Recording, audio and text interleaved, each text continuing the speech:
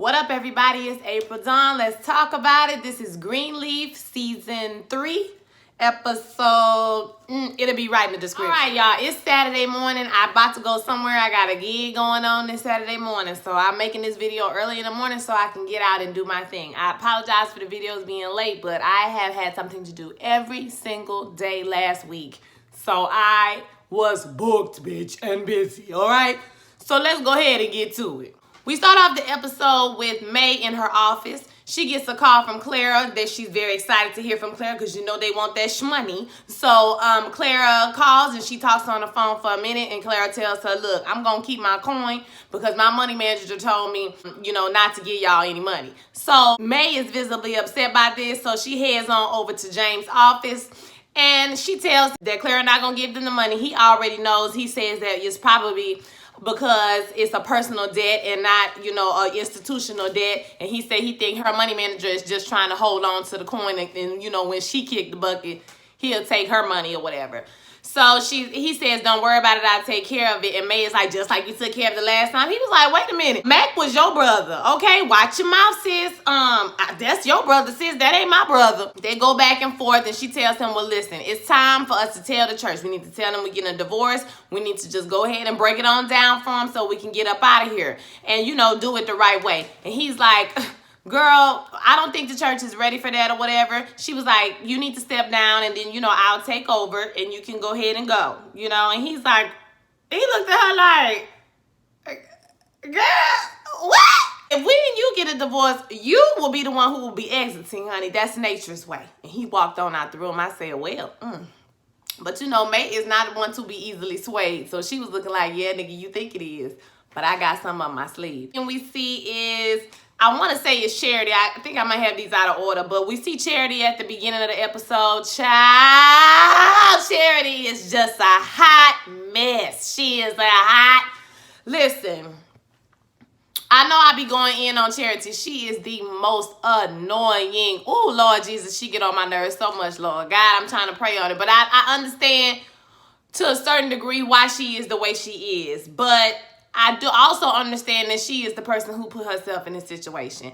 Okay, I can understand you being married, your husband telling you, that he gay. That's a big thing. That's something to be upset about, right? So, your husband leave, he go off for a few months. I'm going to be honest with y'all. The baby ain't going to know the nigga was gone. I'm just going to be honest with you. The baby was like, just here. That baby is not going to know his daddy was gone. Now he back. And the thing that make you think that it's okay or she's over it or, she's accepted it was the fact that she also moved on. Now, I don't feel like she was really ready to move on. She kind of bounced on that one a little bit too soon. You know what I'm saying? And maybe using it as, how you can get over one man if you just go lay up under another man type of situation. And she really hadn't dealt with all the issues and emotions that came with her losing her baby and her husband, basically. So, that was the problem. So I feel like, that has contributed to her depression. But then she threw a wrench in her own shit, okay, by flip-flopping and getting jealous because Kevin wants the baby and not want him to have access to the baby. And, but you want to go on tour. And it was just like, now she started, I ain't going to say selfish. It wasn't selfish. It was more like you were jealous. You were upset because you feel like you went through all this and Kevin left you for a while or whatever and he shouldn't have access to the baby. It felt like she was being more spiteful than anything else. But my thing is, at the end of the day, you moved on. So why shouldn't he be able to move on too? You know what I mean? The last part of it, I think, is mostly her fault. I'm just going to be honest with you. So now you can tell that she's clearly depressed, okay? And she's in her room and Grace comes up to the room and she's like, Kevin is coming to get the baby. She up here folding clothes all hard and shit, And she like, yeah, you would have thought she wasn't going to see the baby ever again, bitch. The way she was laying down crying, laying prostrate at the door, okay? It just wasn't that deep. Girl, the baby going to be back, bitch. Like, oh, she get on my nerves. So she turns around, she blames Grace for everything. Like, it's all your fault. If you wouldn't have did this, like, she don't never take responsibility for her own actions and what she did wrong or what decisions she could have made or whatever, and to be a Christian, you would think she would have a little grace. Like, I'm personally tired of the grace hate train. I'm personally tired of it, okay? And, Grace was like, listen, all you have to do is call me and let me know something or whatever. I was just trying to help you. I'm the one who talked to him and not calling the police. Because truth be told, bitch, you would have got arrested a whole lot sooner than what you did. Had it not been for Grace, Grace, Grace, Grace, Grace, Grace. Okay? Why you hating on Grace? Grace is like, look, bitch, bye. I ain't got time for this. She walk out the room. And Kevin come and get the baby. She give him the baby, and she go back up to the room, and she just crumpled. I mean, just crumpled into a ball, child. I mean, she laid prostrate at the door, child. Charity is a hot ass mess. Then we go to Zora. Zora is waking up at 5-something in the morning, honey. May got her doing Bible study. May is trying to make a change in Zora's life, boo. It seemed like when they was doing the Bible study that, she was kind of into it. Like it broke through a little bit. When she said God will bring you back, he will bring you back. Because Zora don't want this life. She don't want that life. So, they having a Bible study or whatever. And then we also see Sophia. Sophia gets up to go do her morning run. So she goes, she come by, she tell everybody good morning, and she goes out to do her run. Now, when she comes back from the run, she is in pain. She double over in pain. And, it's kind of like a passing pain or whatever. She was able to keep it moving, going back in the house. Later on, we see her teaching at the little, what is it? The little angels, the little whatever they are. She teaching a Bible study to the kids about faith and the blindfold, walking them around.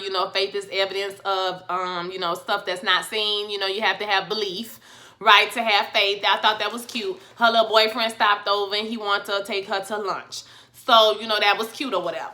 Then we get to Perry and Bishop. So Perry and Bishop talking and, he tell him he got the no woman and no money blues. And, he's in a big hole, because Bishop is like, well, have you had problems before with the IRS? He was like, yeah, I have. You know what I'm saying? I put my monies together. I sold some things. I got a lawyer. I did what I had to do, but I took care of the debt. And he's like, I'm in a bigger hole. I don't know if I'm be able to dig myself out. And he was like, you'll be able to dig yourself out and look like you already got a way to dig yourself out, but you just don't want to use it. And he like, what are you talking about? He's talking about, I'm talking about Miss Cross. He was like, she a dragon. He was like, something about a dragon then. And he was like, dragon. He was like, listen, the thing about dragons is they have pots of gold. Okay. She's into the Bitcoin market. And, all of that's, what do they call it? I don't know what they call it, but, Bitcoins and all the Bitcoins and all that type of stuff. So, he want her number because he want to holler at her. And Pastor was like, wait a minute, what you doing? How you know? And he was like, I was on her website. And he was like, why don't you let me, get them digits, so I can holler at her. And Pastor was looking like he was low-key jealous. I was like, you need to make up your mind. This is why you getting a divorce now, baby.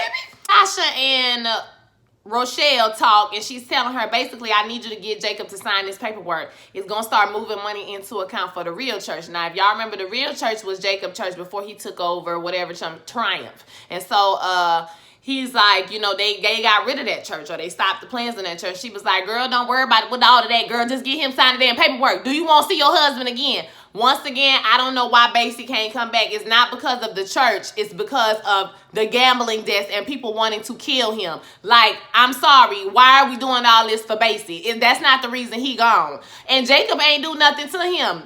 So why are we going after Jacob? But I guess Jacob is just a way to destroy the family, to get in, to destroy the whole family or whatever. So she tell him, sign these damn paperwork, girl. Okay, sign this paperwork. So Tasha goes to see Jacob, and he playing chess with his son. And, she kind of softens because Jacob is not a bad guy. Like, I genuinely think he don't like Tasha in, like, a sexual way. He just likes her. He just feels like she a nice person. Or he just feels like, she's there to help. She's a part of the family. So he treats her that way. So at first she was going to get him to sign the paper, but then she kind of, like, turned it into, well, my air conditioning in my office is, blowing too hard. Can you send somebody? He like, yeah, I'm going to send somebody. Don't worry about it. We're going to take care of it. It's all good. So she kind of, we can see that she going to be team Greenleaf pretty soon. Earlier in the episode, May and Connie talk, and basically the whole conversation was the deacons feel like a disinterested third party should take over the church, and that's Grace. So May is pissed. It's like fire is flying out her nose and her ears because y'all know she hates Grace with a fiery passion. So Of course, she goes to go see Grace, and she tells her she spoke to Connie about their little coup that they're trying to do, take over. And Grace is like, there is no coup. She came to me. I did not come to her. She came to me and asked me to take over the church, and I told her no. And she was like, well, if your father found out how about you're going to take over the church behind his back. And she was like, he will be misinformed, okay? She was like, why don't you guys just work out your problems? Why don't you be the example that you always talking about? And she's like, don't you think I would? Don't you think I wouldn't cut off my nose to spite my face? Grace tells her that I don't want the church. And May tells her, good, because you'll never get it. I'm like, the relationship between May and Grace is a little tiring to me. It's exhausting why May hates her daughter so much. I'm like, what does your daughter left because you let the sister get molested? Your daughter didn't do anything wrong. Like, I am so confused as to why May hates her daughter so freaking much. Why, child? It is tiring. My thing is that how you gonna stand in front of a church and be a leader of a church and you got so much hate in your heart for your own family? I don't even understand that. Like, that's crazy to me that May just don't even see. That's not leadership. That's not godly. That's not right. Okay, you got to work out, because Grace ain't doing it. She still ain't doing nothing but minding her business. That's it. She ain't doing nothing but minding her business. And she has so much hate for her. Like, that shit is disturbing. It's very disturbing. Grace goes back to Connie and tell her, well, damn, why you had to tell my mama, y'all wanted me to be in the church? Like, I told you no or whatever. And Connie is like, well, I thought that we could come to a middle ground on, as far as how you feel about your, how your worship is and how your faith is. We could come to some type of middle ground. Basically, she's talking about being accepting of LGBT people and so forth and so on. And Grace is like, it's not just that. If I take over this church, I'm going to want to move forward, and maybe it's going to be a place that y'all not ready for. And so she was like, well, how would you like to move forward? She was like, love. She said, well, what is church to you? She said, Jesus, love, unconditional. And what kind of tell her, well, girl, change is coming, bitch, and it ain't gonna be no love and no unconditional love. It's gonna be this church is for sale. See, it's schism, scandal, and a for sale sign in front of the door. I said, oh my God. A bishop go over there to meet with Rochelle, and he asked for forgiveness from her, and she said, well, I'm a Christian, so I'm gonna forgive you. So he also asked for some advice about the IRS mess, and he prayed about it. She said, oh, you prayed, you did? And the Lord brought you back to this Jezebel? Oh no, well, she said, baby, I'm not helping you. I could, but I'm not. Okay, so get up out of here, security. If he come back, don't even tell me, security. All right, because I don't even want to know. I was like, damn. He said he was sorry or whatever, and he left. I said, damn, James is getting it from the left end of a child. James is getting it from everywhere. He just looked like a pitiful man this whole episode. Oh, James. Charity still at the house in her bathrobe, child, just walking around, just looking a pitiful mess. She's depressed, clearly. And she goes to the cabinet and gets some, she goes to the drawer and she gets some pills out of the drawer. She takes the pills. We don't know what kind of pills they are, but she takes some pills or whatever. So, and she drinking. Don't forget that too. She's also drinking. Zoe is on the headphones, listening to some music, old school, CD player, Walkman type situation. Sophia comes in and asks her, do she want to go get something to eat? And Zora is like, hell no, I won't go nowhere with you, bitch. Get the fuck out of here. And Sophia like, listen, I don't want to hang out with you either. I'm just trying to be nice and not make it uncomfortable. And then she gets a pain in her side once again. And Zora's like, well, maybe you're pregnant. And she just walks away. I'm like, boy, your cousin is trash, bitch. Your cousin is dumpster juice, bitch. Like, woo! Zora is horrible, child. Somebody just need to, like I be saying, somebody need to beat her up, but she like to get beat up, so that's not gonna work. Like, Zora is terrible. Terrible. Anybody ever notice on the show that all the light-skinned people are good for the most part, and all the brown-skinned people got issues? Not all of them, because, I mean, Jacob and Clarissa, they good, you know what I'm saying? But Charity, like, everybody who be brown-skinned got issues. Anyway, that's a side note. She kind of doubles over and she starts screaming and hollering. So now something is really wrong. So then we shoot to Grace and Darius. They're talking. And Grace and Darius, child, like I done said a million times before, they are not equally yoked. It ain't gonna work, sis. Because as soon as she said, well, if I take over the church, you know, how would you like being the first gentleman? And he was like, the first gentleman, that's what they call it? Yeah, that's what they call it. You know, and he was like, she basically telling him, before I present you in my church, we gonna have to be married. And he was like, all right, well, duly noted. I can't be the first boyfriend. Nah, you can't be the first boyfriend. Oh, okay, well, duly noted. That let you know that, bitch, he don't like you like that. He don't want to be your husband, okay? He's not going to be your husband. All y'all do is get booty. Like, you need to find somebody who loves the Lord. At least go to church, because you got a calling on your life, and you always gonna be involved in church in some type of way. You don't want no man you gotta knock on the door on Sunday morning like, babe, you going to church? Babe, you going to church? He ain't getting up. He ain't going. And he ain't about to be no first gentleman. So she gets a call from her mama. She answers the phone after Darius tells her, you know, you need to go ahead and answer that phone. And finds out that Sophia is in the hospital. So everyone rushes to the hospital to check on Sophia. Basically, she has to get surgery. She had an ovarian twist, ovarian something, and they have to do surgery right now. So in the waiting room, Charity is extra as AF. Charity is extra AF. She acting a donkey, a fool up it. I mean, just embarrassing, child. The whole family with her drunk ass sitting in the waiting room.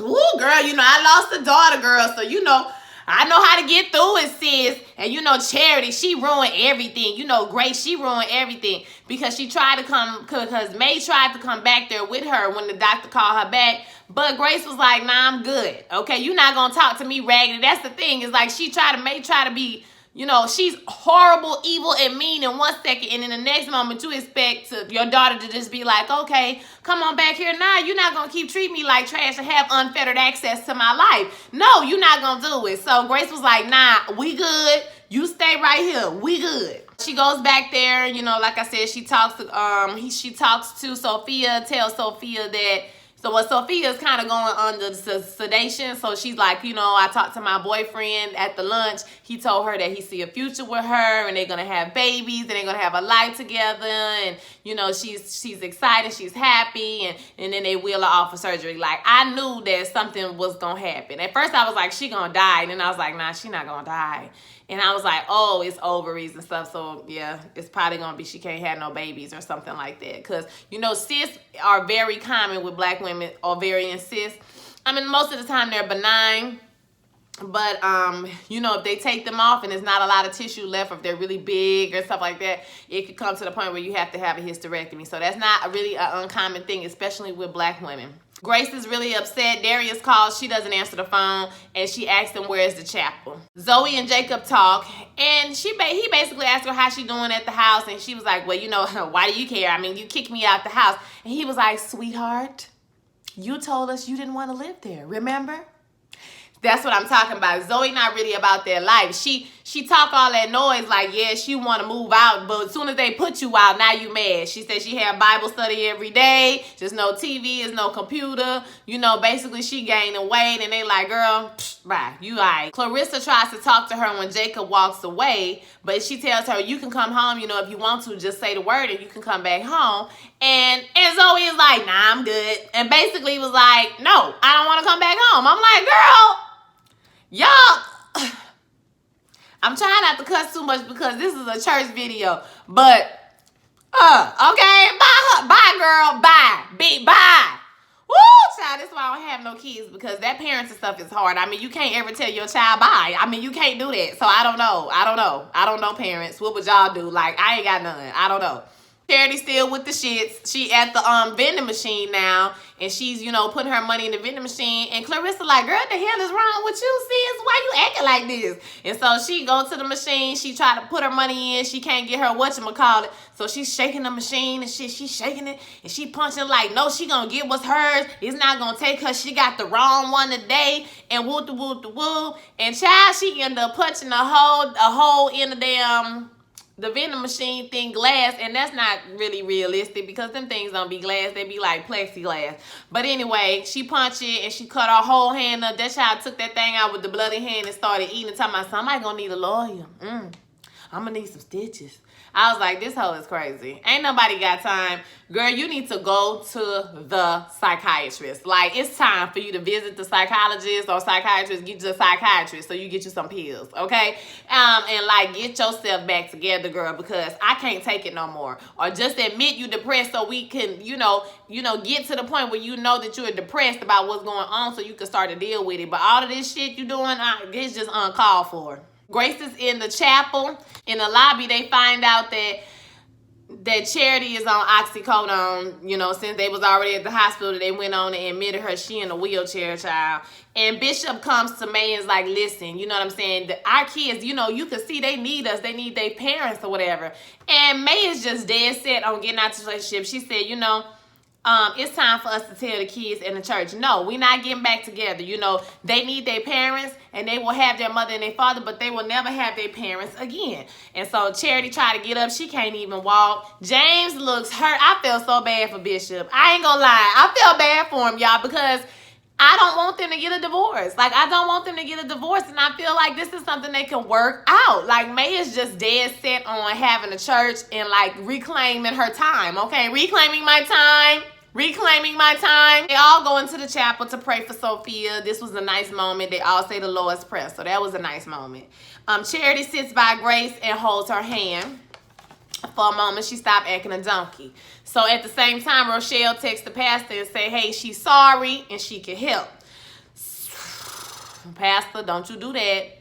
Don't you do it, but he about to. So the doctor comes back and tells Grace that Sophia has cysts on her ovaries, and they had hair in them and teeth and all type of stuff, and he said they were so big that once they removed them, they didn't have enough tissue from the ovaries to save them, so they had to remove her ovaries. So basically, she got a hysterectomy. She will never be able to have children. And remember at the beginning of the season, I told y'all that I felt like Sophia was going to have a crisis of faith. This is what I was talking about. And so my prediction is coming true. She's going to have a crisis of faith, because when you a 16-year-old girl and you find out you will never be able to have a baby, as much as she loved them kids, as much as of a caring and compassionate soul that she is, she will probably be a great mother. This is going to be a moment for her where it's a why God, why is this happening to me moment. So, I feel bad for Sophia, but it's about to be a long, rough journey with her. So I hope she don't go over to the dark side with her evil ass cousin. So we'll see what happens. Oh, I feel so bad. So Tasha goes to Jacob. And, he's just signing the paperwork because he trusts her. And so he talks about what all the things they have going on. It's just nice that they have her in the church. And, she family, so, that's why if he told his facilities man, if anything else is broken in her room and they don't take care of it, that, he going to be looking for a new job. So you can tell that she feels horrible about what she's doing, and she has the paperwork, but let's see if she gives it to Rochelle. Who knows if she actually gonna do it. Sophia wakes up and she asks if she's gonna be okay, and Grace is like, ultimately, yes, you'll be okay. And she said, well, why you look so worried? And she tells her about the complications. And as soon as she tells her they took her ovaries, she was like, wait, what does that mean? That means I won't be able to have kids. And she starts to cry and break down. And y'all, I feel so bad for the girl. Oh, gosh, I feel so bad for her. And she was like, why would God let this happen? I said, here we go. Here you go. James comes to May's office. He tells her that, he hears her. He understands. It's not what he wants, but he understands this is how it's going to be. He prayed about it. So he wrote a draft of what they should be saying to the church, on Sunday, to let everybody know what's going on. And so before he leaves, he turns around and says that, I'm sorry. And so she told him, make sure you close the door behind you. I was like, damn, man. She cold-blooded. All right, I thought it was a good episode. So, like I said, my prediction came true as far as Sophia having a crisis of faith. She's definitely going to have a crisis of faith. I also feel like Zora is going to get broken through to at some point. Yeah, at some point, especially seeing a preview for next week. I feel like next week is going to be Elanya is coming on the show, so I ain't crazy. I did see her on the preview. She's going to be on the next week to help Charity. Hopefully we can, because Elanya is in your face. So, hopefully she will get to some of these issues that Charity has or whatever. Because I really think Charity have an issue with not being loved. Like, she want to be loved. She want to be accepted. so bad, right? And when the one person is like, girl, it's just the first boyfriend. Like, girl, you old and you got children and everything. You got to get out here and date. Like, you can't be so defeated when one relationship don't work out. I understand, you know, she needs some therapy. I don't want to be like totally, you know what I'm saying, not compassionate for the girl's situation because she had been through a lot. So hopefully Elanya can help her out. Iyanla. I be calling her Elanya, but her name is Iyanla. Yes. Hopefully she can help her out. And that's about it for this episode. I don't think Rochelle, you know, because weapons are formed against me shall not prosper. So I don't think that Rochelle and Tasha gonna make the plan. I think really that Tasha gonna find out that Basie got another woman, or Basie is doing something else, and she gonna get pissed off, and she gonna be like, you know what, forget this. I ain't got time for this. This is horrible. I ain't going to hell for y'all, okay? And she gonna abandon the plan pretty soon. So I think that's what's gonna happen with that. LaToya Lucky is killing this role. She's absolutely killing it, and I'm totally here for it. So I want to hear what you guys thought about the episode. Don't forget to like, comment, subscribe. If you want to follow me on social media, you can, okay? I'm mostly on Instagram. I'm on Snapchat a little bit, but my handle is @WhoIsAprilDawn, @WhoIsAprilDawn. So, all right, I'll holler at y'all next week.